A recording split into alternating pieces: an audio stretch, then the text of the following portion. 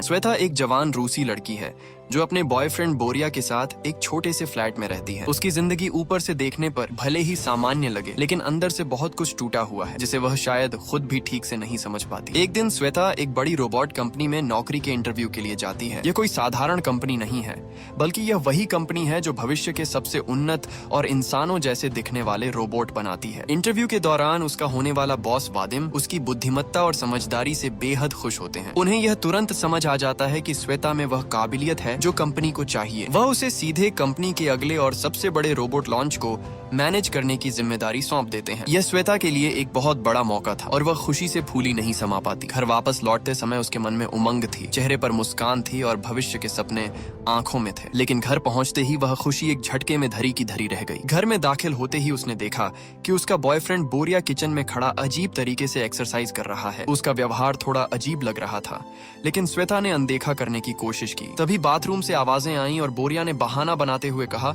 कि वह तो उसकी एक क्लाइंट है जो काम के सिलसिले में आई है। लेकिन उसका झूठ तब पकड़ा गया जब बाथरूम से एक लड़की सिर्फ तौलिया लपेटे बाहर निकली। ये देखकर श्वेता स्तब्ध रह गई। बोरिया फिर भी झूठ पर झूठ बोलता रहा, सफाइयां देता रहा और बेशर्मी की सारी हदें पार करता रहा। जब श्वेता ने उसे एक कोने में कंडोम का पैकेट छुपाते हुए देख लिया तो अब किसी और सबूत की जरूरत नहीं थी। यह बिल्कुल साफ था कि बोरिया उसे धोखा दे रहा था। लेकिन श्वेता के लिए सबसे दर्दनाक बात यह थी कि वह उससे इतनी गहराई से जुड़ी हुई थी। वह उसे इतना प्यार करती थी कि छोड़ने का ख्याल भी उसे बर्दाश्त नहीं हो रहा था। उस लड़की के जाने के बाद जब बोरिया ने देखा कि श्वेता चुपचाप बैठी है तो वह खुद घबरा गया। उसकी इस शांति ने बोरिया को अंदर से तोड़ दिया। वह श्वेता से कहने लगा कि मुझे गाली दो, मुझ पर चिल्लाओ, लेकिन ऐसे चुप मत बैठ। गुनाह और निराशा के बोझ तले दबे बोरिया ने जोर जोर से अपना सिर दीवार पर मारना शुरू कर दिया और पागलपन में अपना डंबल उठाकर खिड़की के बाहर फेंक दिया। वह डंबल सीधा नीचे खड़ी एक गाड़ी पर जा गिरा। नीचे वाले मालिक ने दोनों को बुलाकर नुकसान का हिसाब मांगा। जब पैसे देने की बारी आई तो बोरिया बिना किसी शर्म के पैसे देने से मुकर गया। उसने साफ कह दिया कि यह उसका घर नहीं है बल्कि श्वेता का घर है,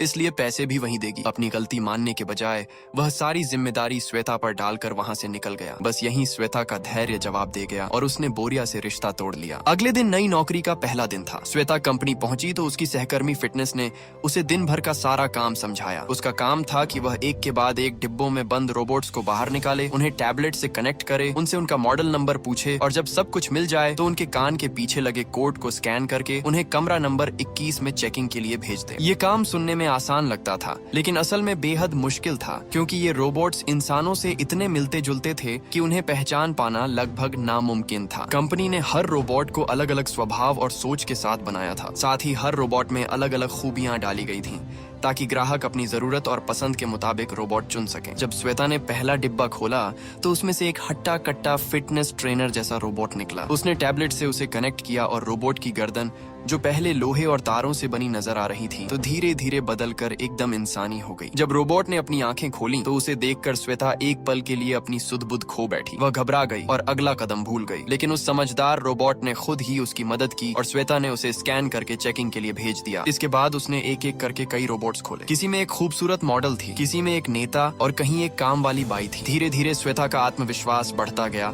और उसे यह काम अच्छी तरह समझ आने लगा। लेकिन तभी एक ऐसा रोबोट निकला जिसने सारा माहौल बदल दिया। इस रोबोट ने अपना मॉडल नंबर बताने से साफ मना कर दिया। वह कहने लगा कि उसने बहुत भयानक सपना देखा है और वह अभी भी डरा हुआ है। उसकी यह हरकत देखकर श्वेता को लगा कि इसमें कोई तकनीकी खराबी जरूर होगी। उसने अपने सहकर्मी बीट को बुलाकर पूरी समस्या समझाई। जांच करने पर पता चला कि इस रोबोट में एरर नंबर 102 है। ये सुनते ही वह रोबोट उदास हो गया, क्योंकि उसे पता था कि एरर आने पर कंपनी उसे तोड़कर नया रोबोट बना देती है। लेकिन रोते हुए भी उस रोबोट ने श्वेता की तारीफ करना और उसके साथ हंसी मजाक करना नहीं छोड़ा। यही उसकी खासियत थी, क्योंकि उसे फ्रेंड रोबोट के तौर पर बनाया गया था, यानी दोस्त की तरह साथ रहने और फ्लर्ट करने के लिए। तभी उनके बॉस वादिम वहां आए और बताया कि इस खराब रोबोट को वापस जापान भेजा जाएगा। यह सुनकर श्वेता ने तुरंत एक सुझाव दिया कि वापस भेजने से बेहतर है कि हम इसे डिस्काउंट पर ग्राहकों को दे सकते हैं। बॉस को यह बात जंच गई और उन्होंने इस रोबोट को भी ग्राहकों के लिए तैयार करने का फैसला किया। इसके बाद कंपनी ने एक एग्जीबिशन का आयोजन किया जिसमें सभी रोबोट्स को लोगों के के बीच रखा गया। मकसद यह था कि ग्राहक खुद रोबोट से बातें करें, उन्हें समझें और फिर अपनी पसंद के मुताबिक खरीदने का फैसला करें। श्वेता को इस एग्जीबिशन में ग्राहकों को रोबोट दिखाने की जिम्मेदारी दी गई थी और वह थोड़ी घबराई हुई थी। हाल ही में हुए ब्रेकअप की वजह से उसका आत्मविश्वास पहले से ही डगमगाया हुआ था। श्वेता ने उस फ्रेंड रोबोट को बताया कि उसके बॉयफ्रेंड ने हाल ही में उसे धोखा दिया है और इसी वजह से उसका आत्मविश्वास थोड़ा कमजोर पड़ गया है। उस रोबोट ने मुस्कुराते हुए कहा कि जो तुम्हें छोड़कर जाए वह सच में बहुत बड़ा बेवकूफ होगा। इन शब्दों ने श्वेता के मन में एक हल्की सी गर्माहट भर दी। एग्जीबिशन के दौरान एक अमीर औरत वहाँ रोबोट देखने आई। श्वेता ने उसे उस फ्रेंड रोबोट से मिलवाया। पहले तो वह महिला इसे खरीदने में ज्यादा दिलचस्पी नहीं दिखा रही थी, लेकिन जब उस रोबोट ने उसकी तारीफ करनी शुरू की और अपने अनोखे अंदाज में बातें की तो उस महिला का मन बदल गया। बाद में उसने कुछ अजीब चुटकुले भी सुनाए, लेकिन तब तक उस महिला का दिल जीत लिया जा चुका था। उसने श्वेता से कहा कि रोबोट पैक करके उसके घर भिजवा दो। जब एग्जीबिशन खत्म हुआ और श्वेता काम में व्यस्त थी तो वह फ्रेंड रोबोट उसके पास आया। उसने उसे बताया कि उसने उन अजीब चुटकुलों से उस महिला का मन इसलिए बहलाया ताकि थोड़ी देर के लिए वह वहाँ से न जाए, क्योंकि वह श्वेता से दूर नहीं होना चाहता था। इतना कहकर उसने आगे बढ़कर श्वेता को एक किस कर दिया। यह अप्रत्याशित था और श्वेता चौंक कर पीछे हट गई। अगले दिन कंपनी ने सभी रोबोट्स को एक फैशन शो में पेश किया। ये शो काफी सफल रहा और कई रोबोट हाथों हाथ बिक गए। शो खत्म होने के बाद वादिम काफी नशे में थे और गाड़ी चलाने की हालत में नहीं थे, इसलिए बीट उन्हें और श्वेता को घर छोड़ने आया। पूरे रास्ते माहौल हल्का था। धीरे धीरे एक बात साफ होने लगी थी कि बीट अंदर ही अंदर श्वेता को पसंद करने लगा था, लेकिन वह अपनी भावनाओं को खुलकर कह नहीं पाता था। अगले दिन जब श्वेता काम पर आई तो उसने देखा कि वह फ्रेंड रोबोट उस अमीर महिला के घर जा चुका था। इस पहली बिक्री पर उसे खुश होना चाहिए था, लेकिन उसके दिल में एक अजीब सी उदासी थी। उसे एहसास हुआ कि वह उस रोबोट के जाने से दुखी है। तभी उस फ्रेंड रोबोट ने उसे एक वीडियो संदेश भेजा। वीडियो में उसने कहा कि श्वेता से मिलकर उसे बहुत अच्छा लगा था और फिर उसने वह किया जो किसी को उम्मीद नहीं थी। उसने खास श्वेता के लिए लिखी हुई एक कविता सुनाई। उन शब्दों में इतनी गहराई थी, इतनी सच्चाई थी कि श्वेता के दिल में घंटियां बजने लगी। उसे पहली बार किसी ने इस तरह महसूस कराया था। श्वेता को चैन नहीं पड़ा और उसने उस अमीर महिला को फोन किया। रोबोट से बात हुई तो उसने बताया कि उसकी मालकिन उसे तरह तरह के अजीब कपड़े पहनाती है, जानवरों की पोशाकें पहनाकर उसके साथ खिलौने की तरह व्यवहार करती है। उसने श्वेता को बताया कि वह उसे बहुत याद करता है। कुछ दिनों बाद वह मालकिन रोबोट में खराबी की शिकायत लेकर सीधे कंपनी पहुंची। फ्रेंड रोबोट भी उसके साथ आया था। उसने खुलकर कह दिया कि वह अपनी मालकिन के साथ नहीं रहना चाहता, क्योंकि वह उसे एक गुलाम की तरह इस्तेमाल करती है। बॉस वादिम ने मालकिन से माफी मांगी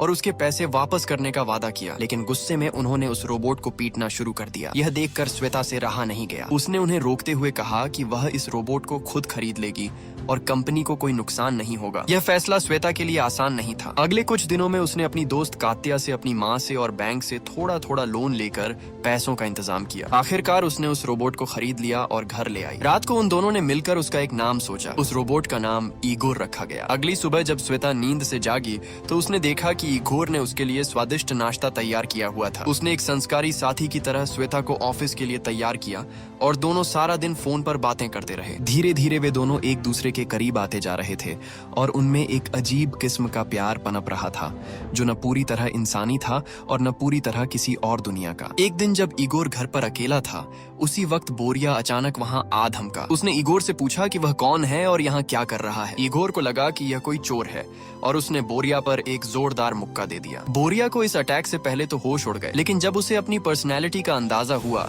तो उसने इस रोबोट को अपने लाखों फॉलोअर्स के सामने एक पुलाव बनाने की प्रतियोगिता में चैलेंज किया और इसे लाइव ब्रॉडकास्ट कर दिया। भोले भाले ईगोर ने बिना ज्यादा सोचे प्रतियोगिता में हिस्सा ले लिया। जब श्वेता ने घर पर यह लाइव वीडियो देखा तो वह तुरंत गुस्से में घर पहुंची। उसने ईगोर को बंद किया और उसे फ्लैट के अंदर ले आई। वह उससे बेहद नाराज थी। तभी ईगोर ने उससे एक सीधा सवाल पूछा कि क्या तुम अभी भी बोरिया को पसंद करती हो। यह सवाल जलन से भरा था। यह साफ था कि ईगोर ईर्ष्या महसूस कर रहा था। श्वेता को यह देखकर बहुत अच्छा लगा। उसे एहसास हुआ कि ईगोर उसकी परवाह करता है और उसी पल दोनों ने एक दूरी में गए। कात्या को पूरा भरोसा था कि आज उसका बॉयफ्रेंड उसे शादी के लिए प्रपोज करेगा, लेकिन जब उसका बॉयफ्रेंड चुप रहा तो कात्या रोते हुए स्टेज से उठकर भाग गई। श्वेता ने उसका पीछा किया। ईगोर को कात्या के पास बिठाकर वह उसके बॉयफ्रेंड से बात करने गई। उस बॉयफ्रेंड ने श्वेता को बताया कि वह और कात्या एक जैसे नहीं हैं और उनके बीच वह रिश्ता संभव ही नहीं। इतना कहकर वह वहां से चला गया। ये दर्दनाक बातचीत भी बोरिया ने अपने फॉलोअर्स को लाइव दिखा दी। जब श्वेता वापस ईगोर के पास पहुंची तो उसने देखा कि कात्या भोले भाले ईगोर के साथ कुछ गलत हरकत कर रही थी। यह देखते ही श्वेता का माथा ठनका। गुस्से में उसने पास रखी एक बोतल उठाई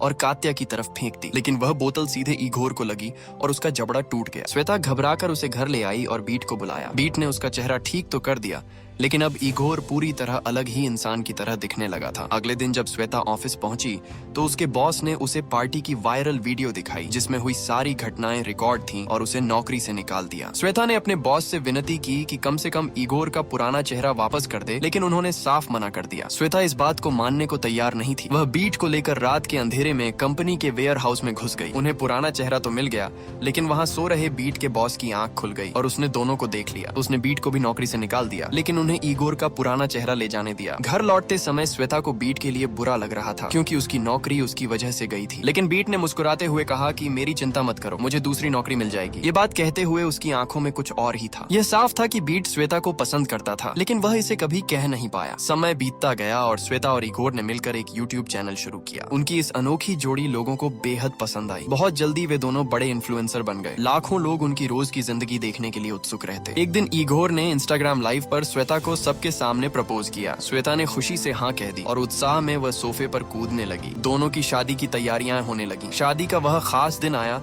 जहां महफिल सजी, रौनक थी, सब खुश थे। एक खूबसूरत लड़की ने पुजारी का किरदार निभाते हुए इगोर से पूछा कि क्या वह श्वेता को अपनी पत्नी के रूप में कबूल करता है। लेकिन इगोर ने जवाब देने की बजाय उस पुजारी लड़की के साथ फ्लर्ट करना शुरू कर दिया और उससे उसका नंबर तक मांग लिया। ये सब सबके सामने हो रहा था। श्वेता अपनी ही शादी में बेइज्जत हो रही थी। यह दर्द उससे बर्दाश्त नहीं हुआ और वह गुस्से में वहां से चली गई। इगोर उसके पीछे भागा और कहने लगा कि यह सब उसके प्रोग्राम में आई एक खराबी की वजह से हुआ। घर पर श्वेता रोते हुए उससे पूछती रही कि उसने ऐसा क्यों किया। तभी इगोर भी ऊंची आवाज में कहने लगा कि यह कोई इतनी बड़ी बात नहीं थी। इसी उलझन में तभी बीट वहां पहुंचा और उसने एक ऐसी बात बताई जिसने सब कुछ पलट दिया। बीट ने समझाया कि असल में एरर नंबर 102 कोई खराबी नहीं है, बल्कि यह तो एक खास फीचर है जो हर फ्रेंड रोबोट में होता है। इस फीचर की वजह से रोबोट उस इंसान की हरकतों की नकल करने लगता है जिसने उससे पहली बार बात की हो। यानी इगोर जाने अनजाने में श्वेता की ही नकल कर रहा था। जब इगोर ने उस पुजारी लड़की के साथ फ्लर्ट किया तो वह असल में श्वेता की वही पुरानी आदत दोहरा रहा था,